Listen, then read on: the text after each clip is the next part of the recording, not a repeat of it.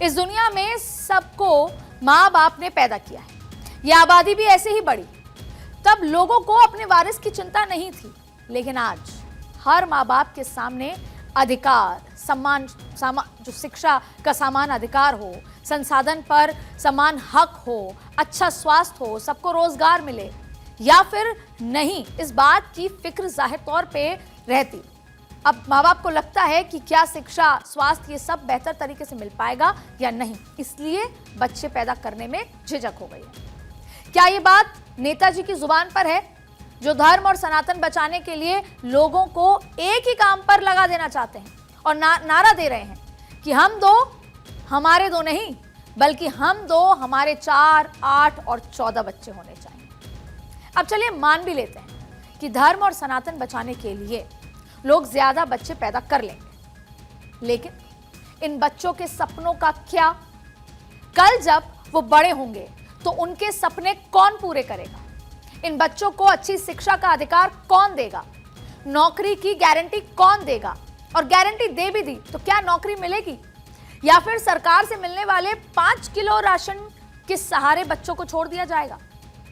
इन बच्चों को बढ़ती महंगाई और ना पढ़ा पाने की क्षमता से परिवारों को कौन बचा पाएगा?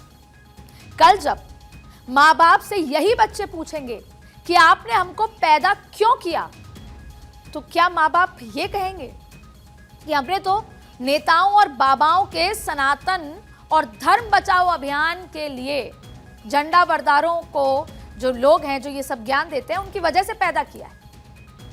ये चिंता सिर्फ धर्म के झंडा बरदारों की नहीं है, बल्कि कुछ हफ्ते पहले आंध्र प्रदेश के मुख्यमंत्री चंद्रबाबू नायडू ने लोगों से ज्यादा बच्चे पैदा करने की अपील की है। हवाला दिया कि देश में फर्टिलिटी रेट 2.1 है, जबकि आंध्र प्रदेश में 1.6 है, और अगर ऐसे ही चलता रहा तो 2047 तक आंध्र प्रदेश में बुजुर्गों की आबादी बहुत हो जाएगी। सोचिए, जिस देश में बढ़ती आबादी चिंता का विषय बनी हुई है, उस देश की सरकारें भी लोगों को आबादी बढ़ाने के काम पर लगा देना चाहती हैं। और अब हम दो हमारा एक नहीं, बल्कि हम दो हमारे 2 से ज्यादा बच्चे अच्छे, इस तरह के नारे।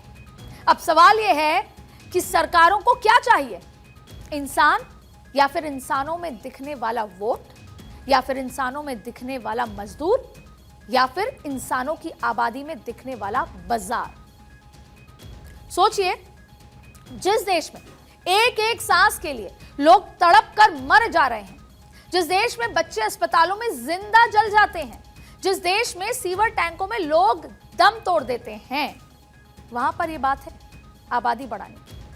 उस देश में आंध्र प्रदेश सरकार जल्दी एक नया कानून लाने वाली है, जिसके बाद वही लोग, केवल वही लोग स्थानीय चुनाव लड़ सकेंगे जिनके 2 या फिर उससे ज्यादा बच्चे होंगे। चंद्रबाबू नायडू के बाद तमिलनाडु के सीएम एमके स्टालिन ने भी यही तरह की बात कही है। उन्होंने तो यहां तक कह दिया कि नए जोड़ों को 16-16 बच्चे पैदा करने चाहिए। हमारा देश 1-2 तो छोड़िए, एक वक्त था जब इसी देश में 50 के दशक में औसत 6-6 बच्चे पैदा किए गए थे। और ऐसे ही नहीं, भारत की 125 करोड़ की आबादी हो गई थी, क्योंकि तब अपने वारिस की चिंता में परिवारों ने एक ही काम किया। तब चुनौतियां कुछ और थी, लेकिन आज माँ बाप के सामने चुनौतियां कुछ और हैं। भारत में बढ़ती आबादी की चिंता का विषय है, तो अगर ऐसा ना होता तो फिर बेरोजगारों की बेहिसाब भीड़ लाइनों में ना लगी होती, छोटी छोटी भर्तियों के लिए लाखों लोगों की भीड़ लग जाती। क्या यह भारत जैसे देश के लिए चिंता का विषय नहीं है? यह सुनने में अच्छा लगता होगा कि भारत विश्व गुरु बनेगा। हमें भी अच्छा लगता है, आपको भी अच्छा लगता है, कोई और कहता है तो भी अच्छा लगता है, लेकिन भारत दुनिया में राज करेगा, यह सुनने में बहुत गौरवान्वित महसूस होता है। भारत एक महाशक्ति बनेगा, भारत का दुनिया में आज डंका बज रहा है, लेकिन इसके पीछे का सच क्या है? हमारी ही पड़ोसी देश चीन, उनसे बढ़ती आबादी के साथ तरक्की की उन्होंने, साजो सामान के साथ बाजार बने, तो उसने अपने लिए दुनिया में बाजार बनाया भी। उसने बाजार से सामान खरीदा तो उससे ज्यादा सामान बेचा भी। अब भारत की सच्चाई सुनो। भारत आज 125 करोड़ की आबादी के साथ दुनिया के लिए बाजार तो बन गया, लेकिन क्या दुनिया में भारत ने खुद के लिए बाजार बनाया जहां वो अपना सामान, अपना प्रोडक्शन, अपना मैन्युफैक्चरिंग बेच सके?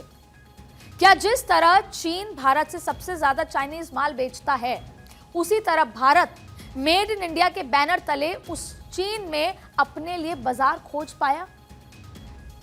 ये बात सिर्फ चीन के लिए नहीं है, बल्कि दुनिया में जितने भी देश हैं वो सब भी भारत की तरफ इसलिए ही देख रहे हैं क्योंकि उनको बड़ी आबादी में बाजार दिखता है। भारत की ताकत है 125 करोड़ लोगों वाली आबादी।